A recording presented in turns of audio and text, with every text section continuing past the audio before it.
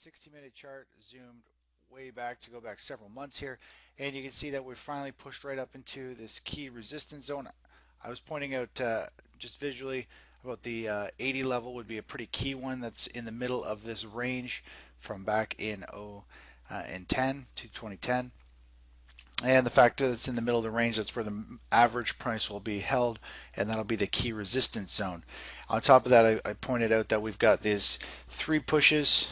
Usually you get three surges to a high, and right now the trend is still up, but we have hit the key resistance zone, started to pull back, and this looks like we're at the third key high. So if we were to just draw a quick, I'll just zoom in a little bit here. If we were to just draw a quick trend line, we still have some good support down here. It is trading down to a short-term support zone. This morning it's pulled back, but if we break this this trend line in the next little bit, then we could see the US dollar come tumbling down somewhere into first key support zone would be the 76 area. After that, it would be somewhere down into the middle of this range around the 75 area, and of course a falling US dollar should boost stocks and commodities. So that's kind of where we stand right now. The question is, how does the US dollar pull back, and what does it do when it hits this support trend line? We might see it actually pull back and then actually kind of run up in a little bit of a channel here, which would be a bearish flag. You'd have a move down and a bear flag, and if it kind of runs up the trend line like that, eventually it should break down and actually start to have a pretty sharp fall to the downside, simply because there's going to be a support trend line break, which will trigger a lot of people to exit their position. There'll be a pivot low somewhere down here that it'll trigger, and then there'll be another pivot low, and another pivot low, and that should wash the dollar right out and sell it right down. As it starts to fall, it'll just start to trigger sellers, and of course it'll just pick up momentum and come straight down. So that's kind of where we stand on the US dollar. Right now it is still in an uptrend. It is at support.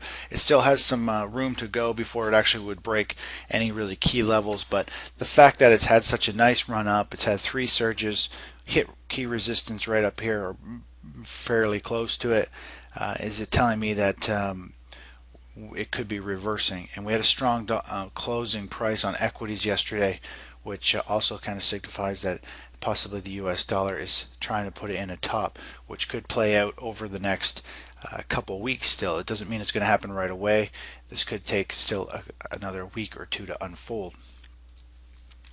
So let's jump to the commodities, see what happened yesterday in crude oil. This is the 4-hour chart zoomed out a couple months, and more or less crude oil made a new low, and it here's the key low, which it pierced yesterday, and it's trying to hold back up against that price. I did point out eventually, once we had, I pointed out a while back that if we get a pierce to this low, it'll actually probably be pretty significant. Simply, it's going to wash the market out, and anybody who is going to exit their long oil positions there would get shaken out, and then we could actually see it start to put in a bottom. So just kind of looking at this chart here, we've kind of got a little bit of a falling wedge. It'd be almost nice if we could get one final really push and break to a much clearer new low, and then from there we could actually see crude oil bottom. But overall it looks oversold here, and there was some good buying the past session and a half, and we are down at a support zone, so we'll see how that plays out.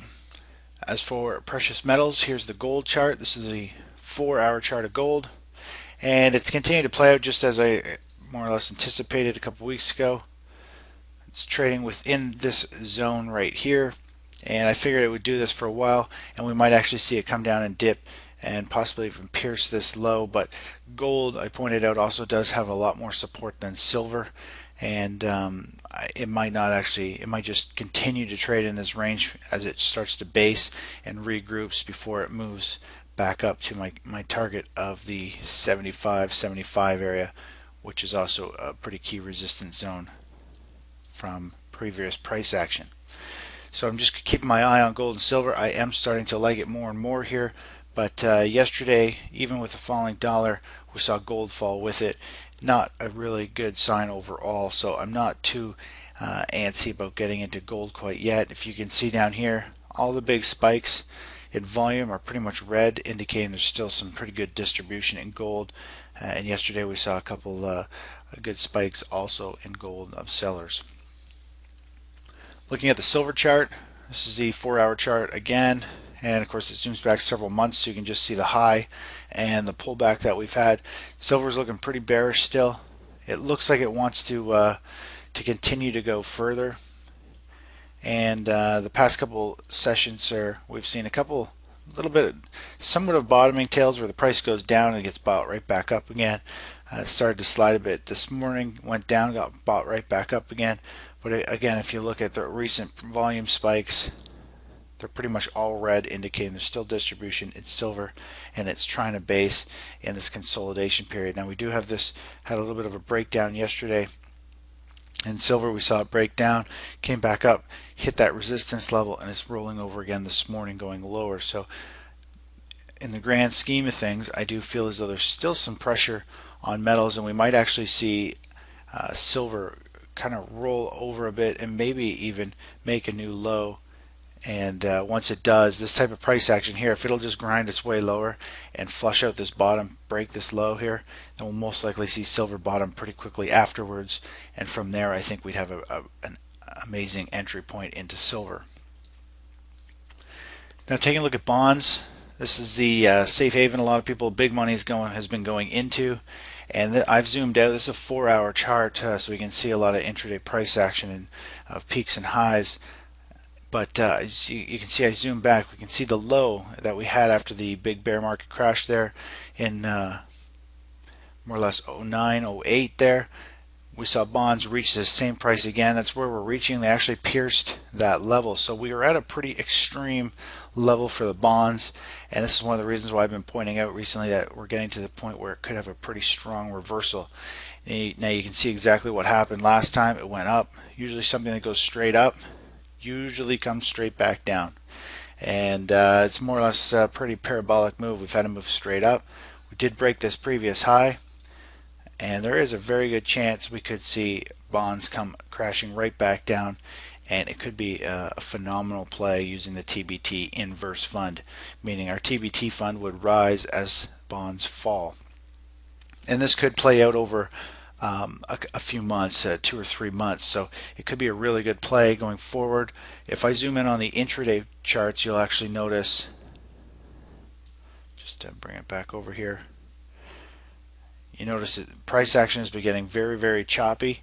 It's been grinding its way higher. We had a big blow off top, came back down, we've gone back up for more or less a double top, and it has surged to a new high and starting to pull back. So the fact that we've got two pretty significant highs, and the fact that this one just pierced, we may still get one more push. I like the three surges to a high. If we could get one more push to a new high here, I think we might have an excellent opportunity, or possibly this is even a double top. We might actually see price come down and have a little bit of a bear flag, and we might actually be looking to short on a pause if we see continued move today. We want to look for a little bit of a pause and a bounce, and we'll take a short position using an inverse fund, and we'll try and play the big move to the downside where there's really good opportunity to lock in some big gains there. Now, looking at the SP 500 for what happened in the overall stock market yesterday, we saw this is a 5-minute chart of the SPY ETF, and I'm zoomed out just one day. Now, if I'll just zoom out a little bit more. Here you can see we had a big gap down in the morning. The previous day's close was there. We opened here in the morning, and as I pointed out previously, generally we always get a gap fill, and it might not be the day of, but you've got to anticipate some type of gap fill. So we did. We saw prices, the selling momentum continued to carry over into the morning with some pretty strong volume, but then we saw some stair step action on its way up,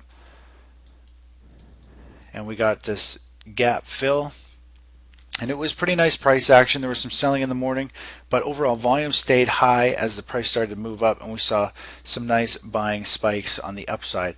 And the fact that it went up in a stair-stepping pattern like that with some volume behind it was kind of telling me as we went into lunch that, I'm starting to actually think this might be more of a bullish price action as opposed to just some type of drift that's kind of just slowly working its way up on light volume, and then it gets stepped on big volume. It was kind of the opposite as what I wanted to see. It was a nice bullish legs higher, a nice wave move up, and then we actually saw price just fade back down, and that fade happened on extremely light volume. It just continued to decline, and it was right about here when I sent out an update saying, you know what, looks like we got a nice bullish on a longer time frame.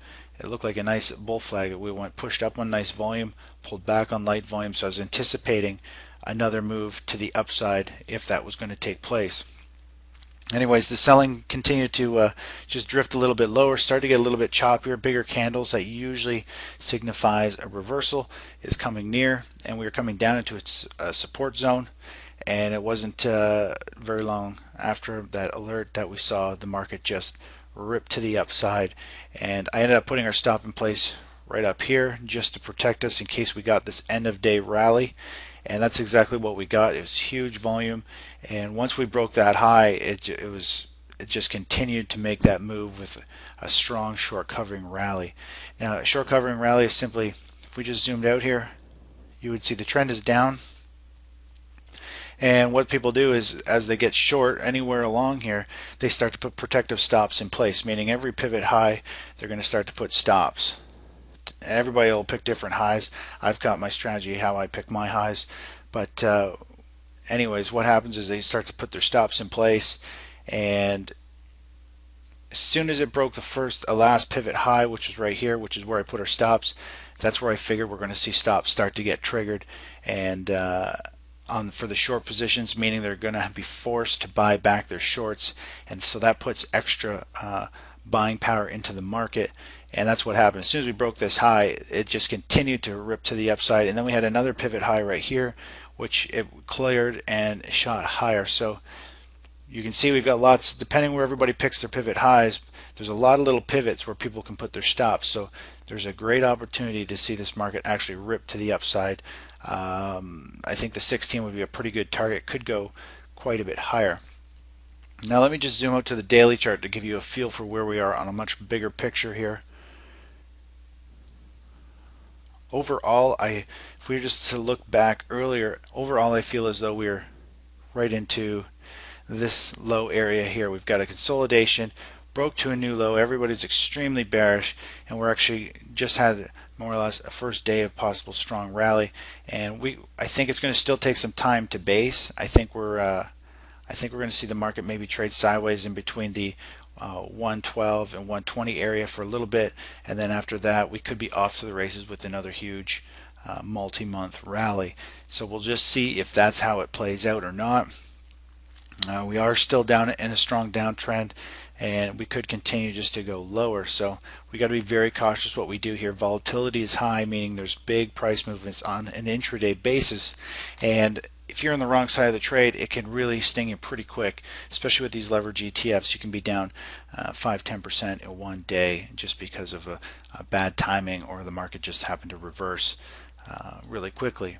So overall, this is more or less the type of price action we are entering. We've got extreme low. Sentiment is very extreme, very similar to how it was here. We had a nice reversal up yesterday. Didn't close above the previous day's high, which is a significant thing. So we could actually see, just like what we saw over here, prices come right back down. We could just see some pretty strong chop action. Could go up to the 16 area, and for all we know, it could be another great shorting opportunity. Could go lower, or this is the other opportunity or thing that could happen here. We could see something just like we saw back in March, where we actually see sharp reversal, and we get a nice move up. You get a strong bullish pullback, which means you get a nice move up, nice pullback into a support zone. And we actually played this one buying a long position right down in here, and we caught this nice move to the upside. So there is a very good opportunity. Either one of these is going to play out, and it's just a matter of hoping we get the setup, a low risk entry point, and the price action confirms what we're seeing, and we'll get in and catch the move. Now, I don't always try and catch the bottom or the top. I usually I'm waiting for the shift in momentum to be clear on a couple different time frames, and what I go for is the meet in the middle, which usually has the lowest amount of risk. and once you catch a reversal, you get on board, you catch the nice surge, and then you tighten your stops. Eventually you'll get shaken out as it starts to roll over. But I go for this meat in the middle the majority of the time, and not try and pick the top and the bottoms and the top, simply because you want to stick with the trend. If this trend continues, then you would be in this trend for a really long time. Whereas if you're trying to pick out and get out at a top, then you'll get out early, and this trend will just keep on trucking its way up, and you'll have gotten out thinking it was topping, but it could have just been a small pullback. So it's very important to stick with the trend. Usually when I get into a trade, if you haven't noticed yet, once we get into the trade and we get the first nice surge in our favor into like a key resistance zone, I take some money off the table, move our stop to break even, and we've got a nice free trade with money in the bank. And if the trend continues for a long time, we just continue to ride it. If it rolls over, well, we either break even on the second half, or we make more money as it continues to move higher, and we start to ratchet our stops up. Anyways, that's it for this morning. I just want to show you the ES futures chart real quick here. This is a 24-hour clock. You can see the trend going down over the past week and a half. And what I just want to show you here is simply, we've had some really strong volume the past couple of days to the downside, indicating panic selling, a lot of fear in the market, everybody dumping shares. This is usually the sign that the market is trying to put in a bottom, because there's just a huge, massive surge in volume compared to these previous days. And what we saw yesterday was some pretty big buying in the early morning, which I pointed out. We had the nice stair-stepping action to the upside, a light volume pull back down to put in more or less a bit of a double bottom, and then we just saw a huge volume step into the upside. And through overnight trading, we're seeing this bull flag form, and we actually saw it broke out just a little while ago, and it's continuing to try and push higher. So we've got bearish price action here, and now we've gone to bullish price action with volume confirming that there are buyers here. We have yet to break a real pivot high. We just broke an intraday high yesterday. So until we really break, if we can break up through this high and then have a nice some type of pullback, I'll be more inclined to be buying somewhere down here and catching the real trend. But right now, the fact that we haven't broken a previous day's high and closed above it, I haven't really considered this an impulse leg yet, more of a strong short covering rally that you got to be very cautious about after a long trend down. If you're not careful in a short position, you don't keep lowering your stops like we're doing, one of these kind of rip your face off rallies just kind of come out of nowhere. You could go for a wash and break and come back and realize you're just lost half your gains in 5 minutes. So anyways, that's it for now, and I'll talk to you guys in a bit. Bye bye.